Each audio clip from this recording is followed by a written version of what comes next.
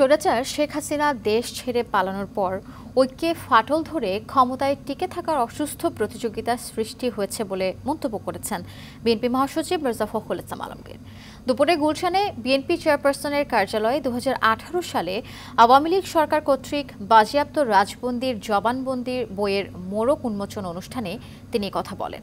গণঅভ্যুত্থানে প্রত্যেকের অবদান স্বীকার করে বিভক্তির রাজনীতি পরিহারের আহ্বান জানিয়েছেন মির্জা ফখরুল। বলেছেন, জাতীয় ঐক্য ছাড়া জাতীয় মুক্তি সম্ভব নয়। নির্বাচনী সংস্কার ছাড়া অন্য সংস্কারগুলো নির্বাচিত সরকারের জন্য রেখে দেওয়ার আহ্বান জানিয়ে মির্জা ফখরুল বলেন, নির্বাচিত সরকার ছাড়া যেসব সংস্কার করা হবে তার গ্রহণযোগ্যতা থাকবে না।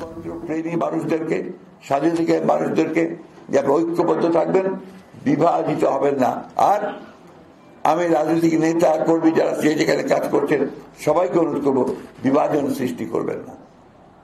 আমি জানি না, কিছু মানুষ একেবারে যেন ডেসপারেট হয়ে গেছে যে তার দেশকে ভাগ করবে, আবার জনগণকে বিভক্ত করবে।